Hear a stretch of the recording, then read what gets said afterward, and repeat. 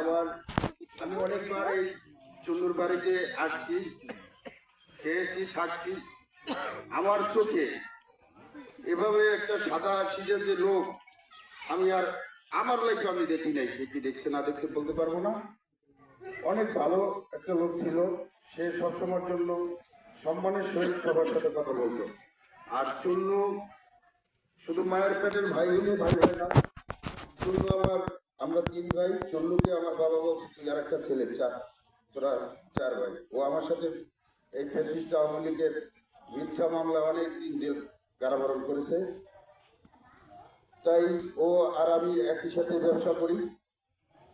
যাই হোক, এই জয়নাল আকুল সাহেবের যদি আপনাদের কাছে কোনো টাকা পয়সা পাওনা থাকে তাহলে আপনারা দিবেন। আর যদি তার কাছে কেউ পাই, চূর্ণ এবং আমার সাথে আপনারা আলোচনা করবেন, ইনশাল্লাহ আমরা পরিশোধ করব। আর তার জন্য আপনারা সবাই দোয়া করবেন। যদি চলাফেরা আপনাদের কোনো ভুল ত্রুটি করে থাকে নিজ গুণে ক্ষমা করে দেবেন। আসসালামু আলাইকুম। এ পর্যায়ে দোয়া চাইতেন এই মাইয়াতের একমাত্র সন্তান চুন্নু আকুলকে কিছু বলার জন্য অনুরোধ করছি।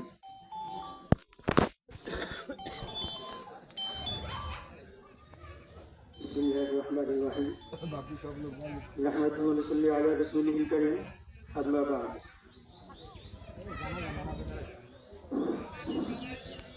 আমার বাবা আপনাদের মাঝখানে কিছুদিন চলাফেরা করছে।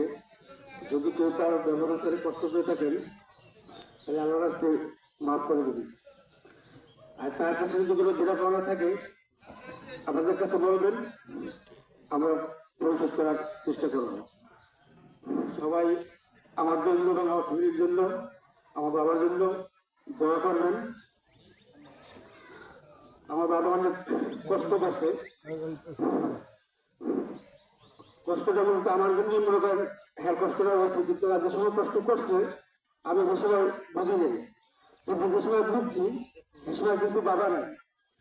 আর আমি তার একটা ছেলে দেখা যায় বলতেন, আমি 2014 সালে বলতেন একটা মৃত্যু মামলায় আসামি হওয়ার পরে আমার বাবা বিভিন্ন সময় কষ্ট করছে। আমি 13 মাস ছিলাম বলতেন আত্মগোপনে, তারপর 7-8 মাস কারাবরণ করছি।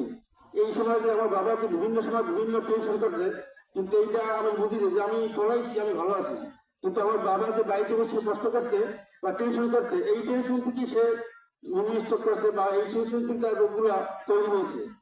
যার কারণে যে সময় যে মানে এই মামলা হামলা আমার গেছে, কিন্তু মনে করেন মামলা হামলা ঠিকই চলে গেছে, কিন্তু আমার বাবাও চলে গেছে। কিন্তু আমি যে সময় বুঝছি মনে করেন যে বাবার জন্য কিছুটা করবো, কিন্তু মনে করেন আমার জন্য আর বাবা নাই। সবাই আমার বাবার জন্য দোয়া করবেন।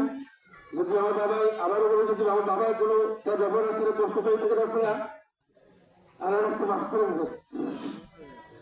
এই বলে আমার সংক্ষিপ্ত বক্তব্য শেষ করছি। ভালো থাকবেন।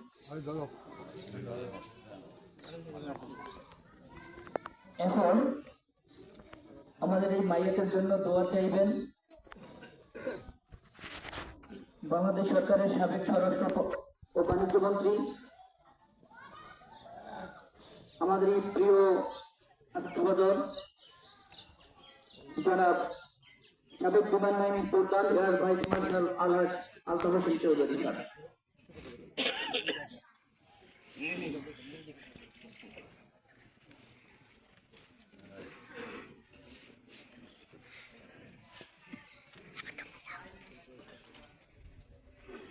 نحمده ونصلي على رسوله الكريم أما بعد أعوذ بالله من الشيطان الرجيم بسم الله الرحمن الرحيم আজকে এই জানাজা পড়ানোর জন্য উপস্থিত আছেন সর্বজন শ্রদ্ধেয় আমাদের মুরব্বী মাওলানা আজম মজিদ,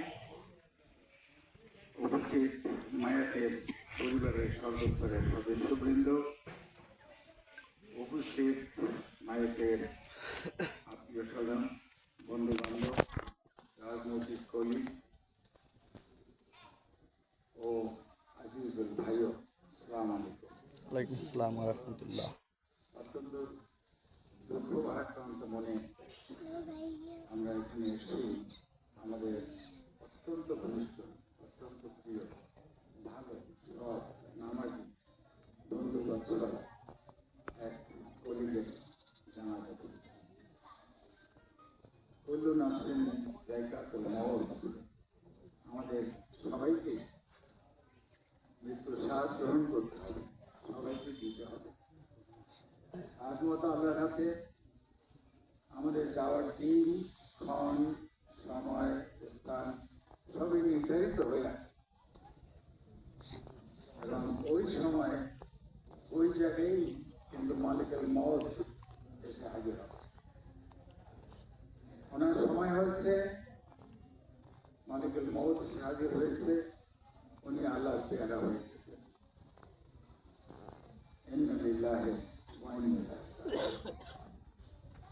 আমরা আন্তরিকভাবে দোয়া করি যেন আল্লাহ তাআলা আমাদের এই ভাইয়ের জীবনের সমস্ত গুনাহ খাতা মাফ করে ওনাকে জান্নাতুল ফিরদৌস নসিব করা। আমিন। আল্লাহ তাআলা যেন ওনার এই অন্ধকার কবরকে ওনার নূর দ্বারা রওশন করে দেন। আল্লাহ তাআলা যেন ওনার কবরকে জান্নাতের বাগিচার টুকরো বানিয়ে দেন। আল্লাহুম্মা। আল্লাহ তাআলা ওনার কবরে জান্নাতি এবং ভেস্তি হাওয়া বহায় দেন। আল্লাহ তাআলা যেন ওনাকে ভেস্তি লেবাস এবং বিস্তারের ব্যবস্থা করে দেন। আল্লাহুম্মা আমিন। আল্লাহ তাআলা যেন ওনার কবরের সাথে সরাসরি রাসূলুল্লাহ রওজা মুবারকের সাথে রাস্তা করে দেন। আল্লাহুম্মা আমিন। আল্লাহ তাআলা যেন সরাসরি ওনার কবরের সাথে জান্নাতুল ফিরদৌসের রাস্তা করে দেন। আমিন। ওনার পরিবারে যারা আছে, ওনার ছেলে সহ, ওনার ছেলে মেয়ে, ভাই বোন, আত্মীয় স্বজন, বন্ধু বান্ধব, স্ত্রী, সবাই সঙ্গে এই শোক সহ্য করার মতো যেন আল্লাহ আমাদের তৌফিক দান। আমিন। এই শোককে যেন আমরা শক্তিতে পরিণত করতে পারি।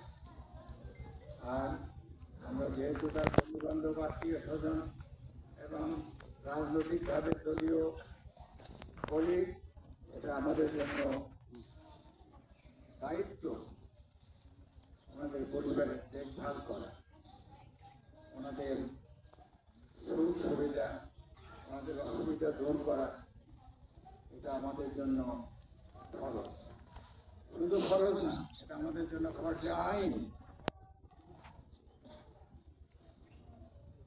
আমি ওনার ছেলে তো বলেছে উনি যদি কোনো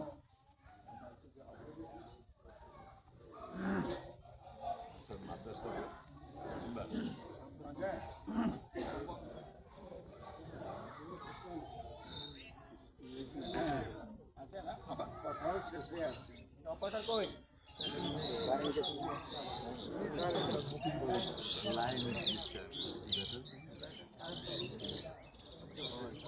বেটাই যা সাবধান।